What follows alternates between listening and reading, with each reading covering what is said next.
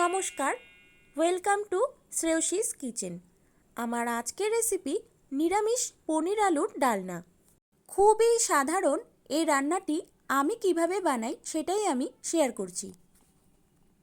প্রথমেই আমি পনিরটাকে এই রকম মাঝারি সাইজের টুকরো করে কেটে নিয়েছি।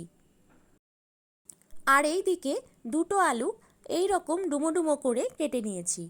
এখানে নিয়েছি কাঁচা লঙ্কা, আদা আর টমেটো, তিনটেই একসঙ্গে পেস্ট বানিয়ে নিতে হবে। কড়াইতে দিয়ে দিচ্ছি সর্ষের তেল। সর্ষের তেল ভালো মতো গরম করে নিয়ে এখন আমি পনিরগুলোকে ভেজে নিচ্ছি। পনিরগুলিকে ছাড়ার সময় গ্যাসের ফ্লেমটা লোতে রাখতে হবে। এইবার ভালোভাবে লাল লাল করে ভেজে নিতে হবে। ভাজা হয়ে গেছে, এখন আমি একটা প্লেটে তুলে রেখে দিচ্ছি।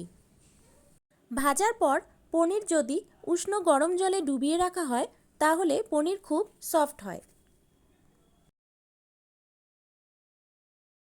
এবারে ওই তেলেই আরেকটু সর্ষের তেল দিয়ে ফোড়নে দিচ্ছি দুটো শুকনো লঙ্কা আর তেজপাতা।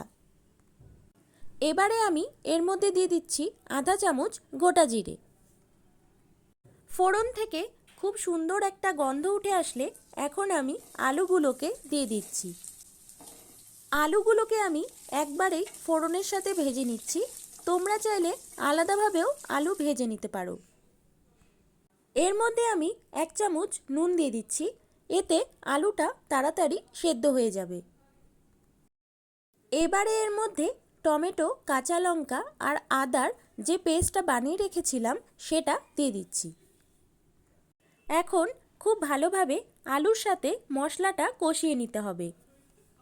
মশলার বাটিটা ধুয়ে সামান্য জল দিয়ে দিচ্ছি যাতে মশলাটা পুড়ে না যায়। এবারে আমি ঢাকা দিয়ে মশলাটা আরেকটু কষিয়ে নিব। কিছুক্ষণ পর ঢাকাটা খুলে এখন আমি একবার নাড়িয়ে দিচ্ছি। এবারে এই বাটির মধ্যে এক চামচ হলুদ গুঁড়ো, এক চামচ জিরে গুঁড়ো, এক চামচ ধনে গুঁড়ো আর এক চামচ কাশ্মীরি লাল লঙ্কার গুঁড়ো জলের মধ্যে গুলে নিয়ে এটা আমি দিয়ে দিচ্ছি। গ্যাসের ফ্লেম হাই করে ভালোভাবে আলুর সাথে মশলাটা কষিয়ে নিতে হবে। এবারে আমি এর মধ্যে দিয়ে দিচ্ছি স্বাদ মতো নুন। নুন ভালোভাবে মিশিয়ে নিয়ে এখন আমি এর মধ্যে দিয়ে দিচ্ছি গরম জল।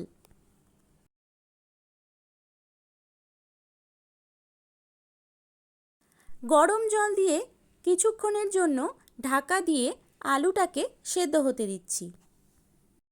কিছুক্ষণ পরে ঢাকাটা খুলে এখন আমি একবার নাড়িয়ে দিচ্ছি। এবারে আমি এর মধ্যে ভেজে রাখা পনিরগুলো দিয়ে দিচ্ছি। পনিরগুলো এই সময়ই দিয়ে দিতে হবে, তাতে পনিরের মধ্যে মশলা খুব ভালোভাবে ঢুকে যাবে। এবারে আমি আরেকবার ঢাকা দিয়ে দিচ্ছি। কিছুক্ষণ ফুটিয়ে নিয়ে ঢাকাটা খুলে দিচ্ছি। এখন আমি এর মধ্যে দিয়ে দিচ্ছি এক চামচ চিনি। চিনি দিয়ে আরেকবার ভালো মতো মিশিয়ে নিচ্ছি। এখন এর মধ্যে দিয়ে দিচ্ছি আধা চামচ গরম মশলা গুঁড়ো। সব শেষে নামানোর আগে এর মধ্যে দিয়ে দিচ্ছি এক চামচ ঘি। ঘি দিয়ে 5 মিনিট স্ট্যান্ডিং টাইমে রেখে দিচ্ছি। আমাদের নিরামিষ পনির আলুর ডালনা একেবারে রেডি। রেসিপিটি কেমন লাগলো আমাকে অবশ্যই কমেন্ট করে জানিও। ভালো লাগলে লাইক ও শেয়ার করে দিও। আর তোমরা যারা চ্যানেলে নতুন তারা চ্যানেলটাকে ফলো কিংবা সাবস্ক্রাইব করে নিও। আমার আজকের রেসিপি যদি ভালো লাগে তাহলে বাড়িতে অবশ্যই একবার ট্রাই করো, আর কেমন হয়েছে সেটা আমাকে কমেন্ট করে জানিও। রেসিপিটি ভাত কিংবা রুটি বা পরোটা সব কিছুর সাথেই খেতে ভীষণই ভালো লাগে। আজকের মতো এইখানেই বিদায় নিচ্ছি। দেখা হচ্ছে পরের ভিডিওতে।